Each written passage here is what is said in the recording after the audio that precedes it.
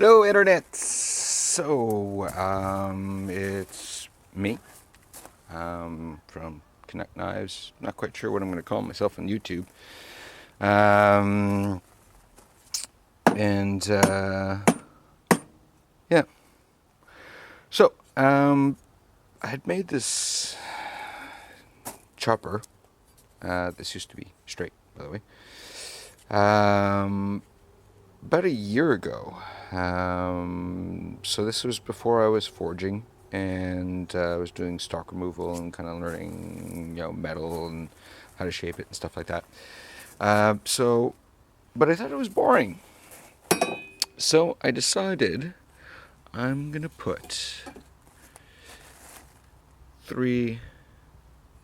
Um, I don't know what the technical term would be for this. Scalloping. I don't know. Basically, these circular patterns here, and I'm going to put three of them. So basically, you're going to have one, two, three spikes on it. They're not going to be cutting teeth or anything. For now, I might give them a false edge, because it's purely going to be decorative. Then I'm going to drill a lot more holes in the handle. Because of the length of the handle, it is a lot of steel, adds a lot of weight, so it's going to be, plus handle material on top of that, it's going to be very heavy in the bottom. And I want to try to keep it fairly balanced. See, right now, plus I'm going to be taking all that material off up here. I think it's going to look cool. We shall see. It looked cool on paper, so we'll find out. And this is another project that I worked on.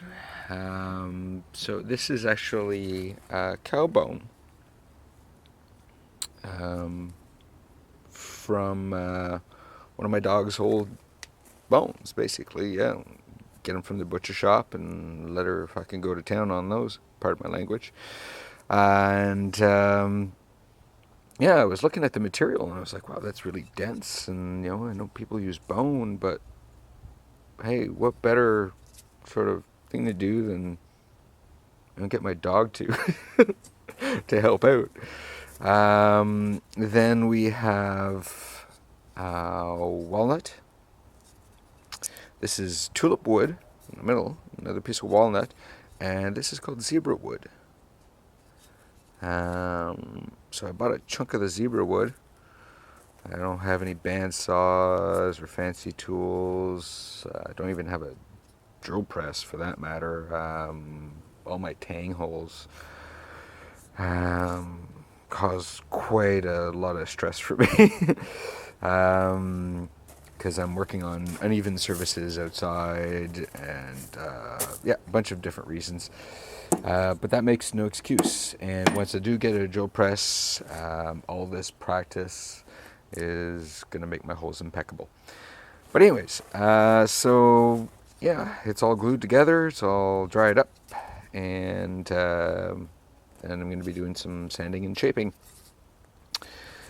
So that's basically what I'm up to today there, kids. Oh, and a buddy of mine gave me two truck springs and two leaf springs that are over here. So that's a lot of steel. It's 1095. I got a big old plate like that's super thick. It's got a lot of scale rust, but it's no problem. So I got steel for quite some time here. That was on a trade. When I was learning how to make knives, I made a Tanto, but it was a purchased blade. But I did the handle work and I made a sheath for him. big heavy duty sheath like I always do. I don't mess around with sheaths. I use either 7 ounce for small knives, but I generally use 8 to 9 ounce leather, veg tan, and yeah, they're all hand stitched. So, anyways, that's what's going on today. Yeah, enjoying a little French Canadian beer there. It's got a dent in it. Got them to knock off 75 cents.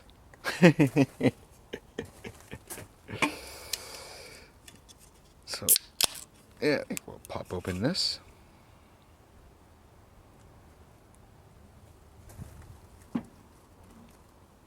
So that's basically what's going on.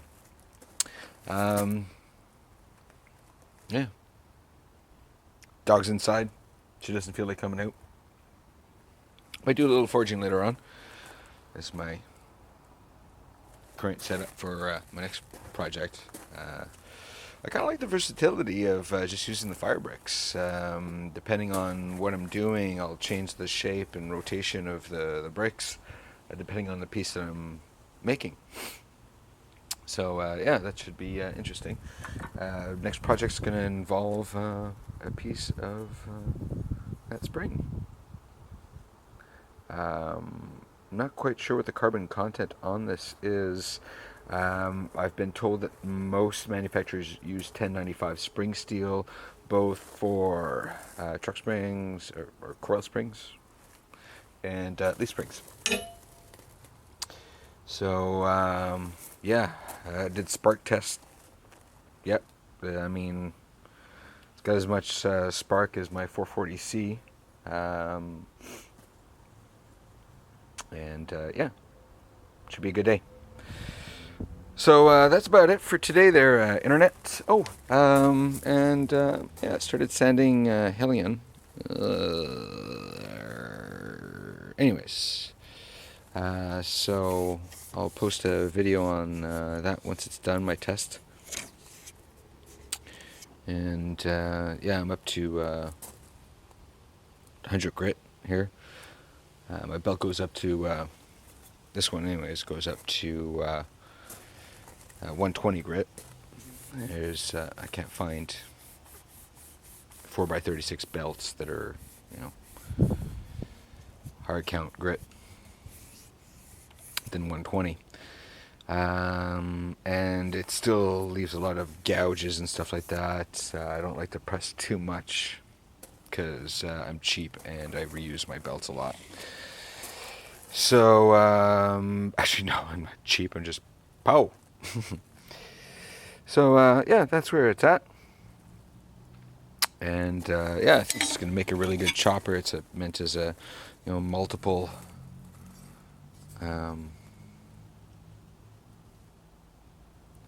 grips, if you want.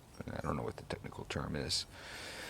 But yeah, I still have a little bit of shaping here to do. But yeah, this meant for, you know, not tiny hands. And I don't have the biggest hands in the world, but